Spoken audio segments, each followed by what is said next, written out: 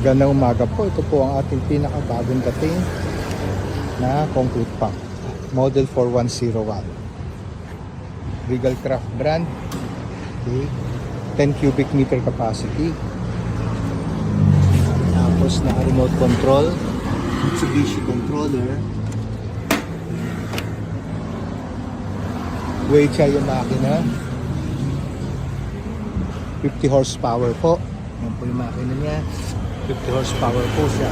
Okay na, bago nyo gamitin, check tubig, check oil, check hydraulic, check diesel. Okay. Oo, importante yan. Tapos, pag gusto nyo tumagal ang takbo, kailangan, ito, sashaweran nyo ng tubig para hindi tumaas yung temperature. Shower lang, hindi buhos, para hindi maano yung makina, mabasa, no? Shower lang. Ganon din dito sa hydraulic natin. Pwede nyo showeran dito sa likod para hindi tumaas yung temperature niya. Ngayon, dito naman sa harapan natin, ito yung mga electronic niya. Itong electronic relay. Ngayon, naka-expose yan para makita lang ninyo. Okay? Pero ito, kailangan yung takpan ng plastic to para hindi mabasa. Kasi pag sinashaweran yung radiator, baka mabasa ito, mag-short yung system niya. Ngayon, nandito sa loob yung computer niya. Ito yung pinakabuhay ng ano eh. Kaya meron tayong emergency stop button. Okay. Ito, hindi to pinipindot. Pinipindot lang to kapag nagkataon, magbubuhos kayo, tapos biglang lumakas yung ulan, bumabagyo. Pipindutin mo lang to para kung ano man mabasa yan, hindi masunog yung computer. Pero sa normal na gamit, hindi po yan pinipindot. Pinapatakbo lang po talaga yan ng ganyan. Okay. Tapos, dito naman, normal, ito naman yung on and off. On and off. Dahil itong makina natin, dikit sa sahig, kadalasan pinapa-off talaga namin ito kasi minsan pag-gising mo sa umaga wala nang kuryente yung battery, nade-drain eh. So dyan, tapos meron pa tong kasamang tambutso, hindi lang muna natin kinakabit kasi tatangkad po siya eh. Okay. Ngayon pagdating naman sa halo, kailangan ang dami ng halo is hanggang dito lang or hanggang sa kalahati nito. Huwag nyo sagarin ng masyado yung halo kasi parang taong kumakain yan eh. Pag sinagad mo yung dami ng halo, mabubulunan yung tao, mahirap siyang nguyain eh. Pinakamatulin yan kung hanggang dito lang talaga yung halo mo. Ngayon, pag natapos kayo gumamit ng concrete pump, pinaka-importante rito, linis. Okay. Ang linis niyan, madali lang sir. Tanggalin nyo yung hose, maghanda kayo ng 2 drum na tubig, kargahan nyo ng tubig, punuin nyo na. Yung tubig pwede ng puno, kailangan punong-puno na, tapos pabombahin mo lang ng pabombahin para mahigop niya lahat ng mga semento na pumasok sa loob ng tubo. Ngayon, ang halo ng concrete pump is mas matubig siya kaysa sa manual na halo. Okay. Pinaka-importante niyan, sa unang halo mo, pinaka-matubig sa unang halo. Hanggang hindi ho siya lumalabas sa hose, hindi nyo pwedeng bawasan ng tubig ng halo. Kasi pag binawasan nyo, may posibilidad na bumara siya sa gitna ng tubo.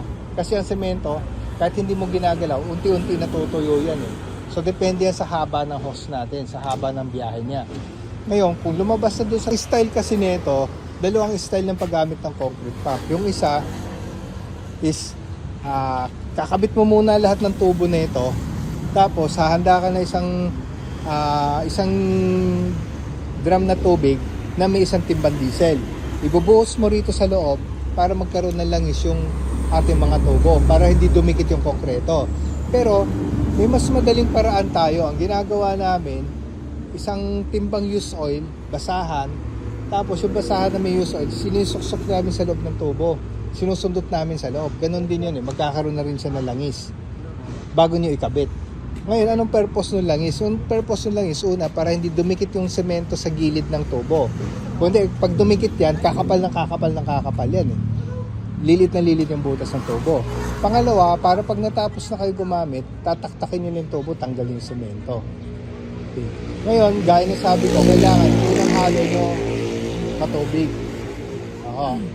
Hanggang hindi siya lumalabas ng hose, huwag kayong magbawas. Kasi po, pag pinabayaan mo medyo tuyo siya umandar at bumara yung halo natin sa gitna ng tubo, yun ang pinakamahirap kasi sobrang hirap magkalas at magkabit ng tubo. Mararamdaman nyo kung hirap. Ang pinakamahirap dyan yung pag-align ng gasket. Kaya kailangan mas matubig, tapos saka na kayo magbawas. Ngayon, may kasama tong cleaning ball, 2 cleaning ball, yung panglinis ng tubo. Ang cleaning ball, nilalagay isa sa kaliwa, isa sa kanan, sabay bomba. Pero yung paraan na yan, medyo delikado. Hindi namin inaano yan eh, pinapagawa. Pero lang, pag susundin mo kasi sa international, pag may mga engineer yan, hindi yan papayag ng Filipino style eh, yung shortcut eh. Pero kung wala namang ganon, pinapa-shortcut namin. Shortcut, kakalasin mo lang lahat ng tubo, handa ka lang ng dalawang drum na tubig, buhusan mo, pabombahin mo lang ng pabombahin, matatanggal din lahat ng mga ano importante. Tapos ng gamit, lilinisin yung tubo kasi ibang hindi naintindi linis, yung makina linilinis eh. Wala namang connection, linisin mo yung ano eh. Kailangan walang halo maititira sa loob. Yun lang. Ito naman po, lagay ng grasa to. Ngayon bago umandar yung makina, kailangan natin bomba ng grasa. 2, 3, 4, 5, 6, 7, 8, 9, 10. Kasi ang trabaho po niyan para magrasahan po tong seal. Kasi itong parte na to, wala po siyang bearing. Umaasa siya doon sa grasa. Pagka naubusan po tayo ng grasa, magkakaskasan po yung bakal. Ang grease pump po ay kailangan natin bombahin para magkagrasa po doon sa ating S-pipe.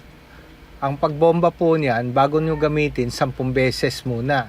Tapos, every 15 minutes, binobombahan po siya ng 2 beses or 1 beses para continuous na magkaroon po siya ng grasa sa loob ng tubo. Ang grasa na linalagay dyan is number 1, yung medyo malabnaw.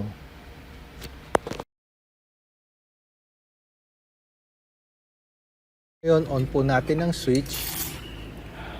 Tapos on yung susi. Start.